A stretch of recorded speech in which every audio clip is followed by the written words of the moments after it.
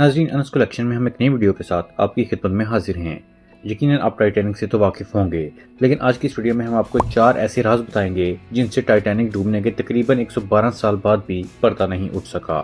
جی ہاں ناظرین، آج سے تقریباً 112 سال قبل ٹائٹینک ایک اندھیری رات میں ایک برفانی تودے سے ٹکرا گیا تھا۔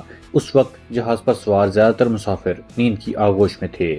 حادثے کے وقت ٹائٹینک 41 کلومیٹر فی گھنٹہ کی رفتار سے انگلینڈ کے شہر ساؤتھ ہیمپٹن سے امریکہ کے شہر نیو یارک کی طرف بڑھ رہا تھا، اور صرف 3 گھنٹے کے اندر 14 اور 15 اپریل 1912 کی درمیانی رات ٹائٹینک اٹلانٹک اوشن میں ڈوب گیا۔ وہ جہاز جس کے بارے میں کہا جاتا تھا کہ وہ کبھی نہیں ڈوبے گا، نہ صرف چند گھنٹوں میں سمندر میں غرق ہو گیا، بلکہ اس حادثے میں 1500 کے قریب افراد بھی ہلاک ہوئے تھے۔ تقریباً 112 سال بعد بھی اسے سب سے بڑا سمندری حادثہ سمجھا جاتا ہے۔ ستمبر 1985 میں اس جہاز کی باقیات کو اٹلانٹک اوشن میں جائے حادثہ سے ہٹا دیا گیا تھا۔ حادثے کے بعد یہ بحری جہاز کینیڈا سے 650 کلومیٹر کے فاصلے پر 3843 میٹر کی گہرائی میں 2 حصوں میں بٹ گیا، اور دونوں حصے ایک دوسرے سے 800 میٹر کے فاصلے پر تھے۔ تقریباً 112 سال گزرنے کے بعد بھی اس حادثے کے بارے میں معمے موجود ہیں۔ بی بی سی کی ایک رپورٹ کے مطابق 4 اہم رازوں کے بارے میں جاننے کی کوشش کی گئی ہے، لیکن ناظرین، اگر ابھی تک آپ لوگوں نے انس کلیکشن کو سبسکرائب نہیں کیا ہے تو سبسکرائب ضرور کر لیجیے اور گھنٹی کے بٹن کو بھی ضرور دبائیے تاکہ آپ کو ہماری اگلی آنے والی تمام ویڈیوز فوراً مل جایا کریں۔ تو آئیے ان رازوں کے بارے میں جانتے ہیں۔ اس بڑے بحری جہاز کے بارے میں کہا جاتا تھا کہ یہ ڈوب نہیں سکتا، حتیٰ کہ یہ بھی کہا جاتا تھا کہ خدا بھی اسے نہیں ڈبو سکتا۔ اس یقین کی کچھ وجوہات بھی تھیں۔ Federal University of Rio de Janeiro کے شعبہ بحریہ اور اوشن انجینئرنگ کے پروفیسر اور انجینئر الیگزینڈر ڈی ایلو کہتے ہیں کہ انجینئرنگ کے لحاظ سے یہ ڈیزائن کی بنیاد پر تیار کردہ پہلا جہاز تھا۔ کئی واٹر ٹائٹ کمپارٹمنٹس بنائے گئے تھے، یعنی جہاز کا ایک کمرہ پانی سے بھر بھی جائے تو دوسرے کمرے کو غرق نہیں کر سکتا تھا۔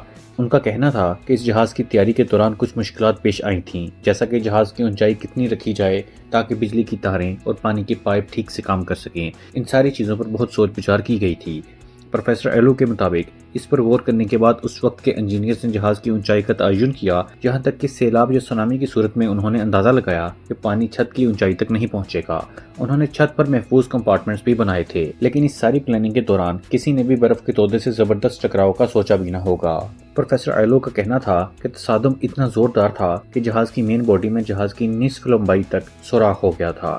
ایسی حالت میں پانی ڈیک تک پہنچ گیا، جہاز پانی سے بھرنے لگا تھا۔ ایسی صورتحال میں ریسکیو ممکن نہیں ہوتا۔ آپ پانی کو نکالنے کے لیے جہاز میں موجود تمام پمپس چالو کر سکتے ہیں، آپ سب کچھ آزما بھی سکتے ہیں، لیکن جس رفتار سے پانی اندر آ رہا ہوتا ہے اسی رفتار سے اسے واپس باہر نہیں پھینک سکتے۔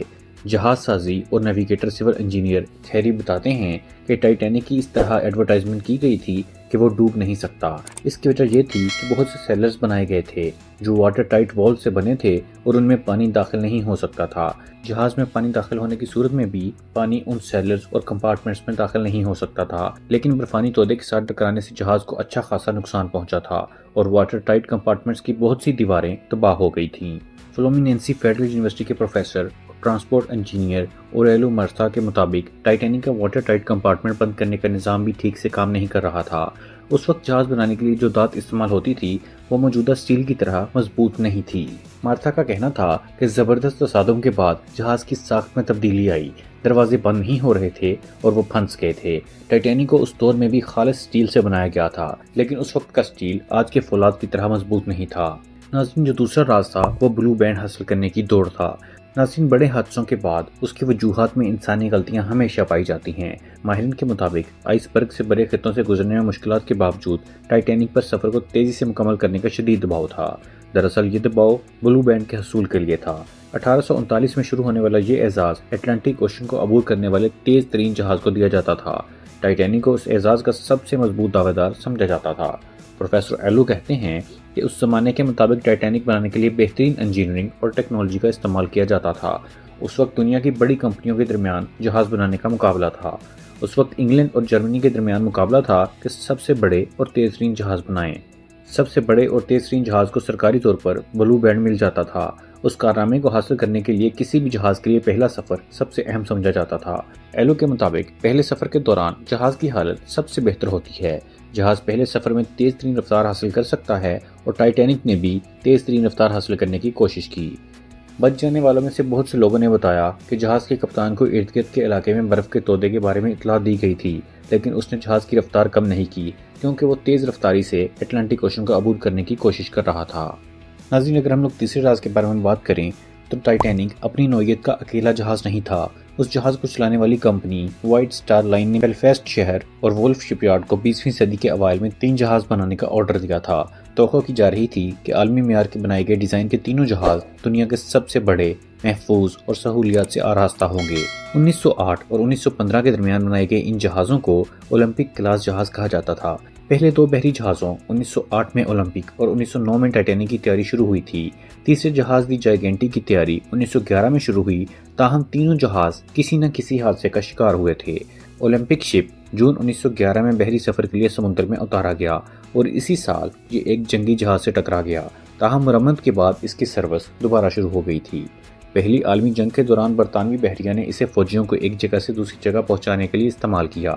1918 میں یہ ایک جرمن آبدوز سے ٹکرا گیا اور مرمت کے بعد 1920 سے اس کا دوبارہ استعمال شروع ہوا۔ پرانا اور قابل اعتماد سمجھا جانے والا یہ جہاز 1935 تک استعمال ہوتا رہا۔ ٹائٹینک نے اپنا پہلا سفر 10 اپریل 1912 کو شروع کیا۔ یہ انگلینڈ کے شہر ساؤتھ ہیمپٹن کی بندرگاہ کے باہر ایک اور جہاز سے ٹکرانے سے بال بال بچا۔ یہ 14 اپریل کو ایک تاریخی حادثے کا شکار ہو گیا۔ جائگینٹی کو بھی زیادہ استعمال نہیں کیا جا سکا، اس کا نام بدل کر بریٹونک رکھ دیا گیا۔ برطانوی بحریہ نے پہلی عالمی جنگ کے دوران اسے ہسپتال میں تبدیل کر دیا اور یہ جہاز نومبر 1916 میں ڈوب گیا۔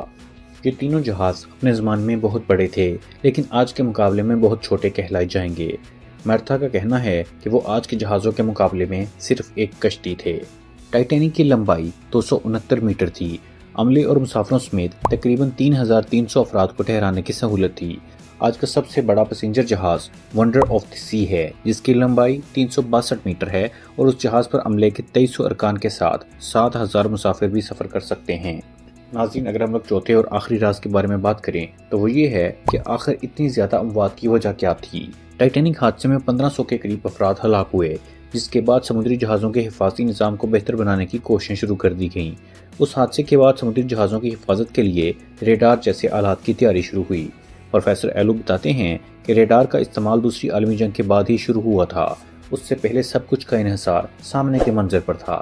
ایک ملاح کو اونچائی پر بٹھایا جاتا تھا جہاں سے وہ سامنے موجود آئس برگ وغیرہ کے بارے میں الرٹ کرتا تھا۔ یہ طریقہ اس وقت محفوظ نہیں ہوتا تھا جب جہاز تیز رفتاری سے چل رہا ہو۔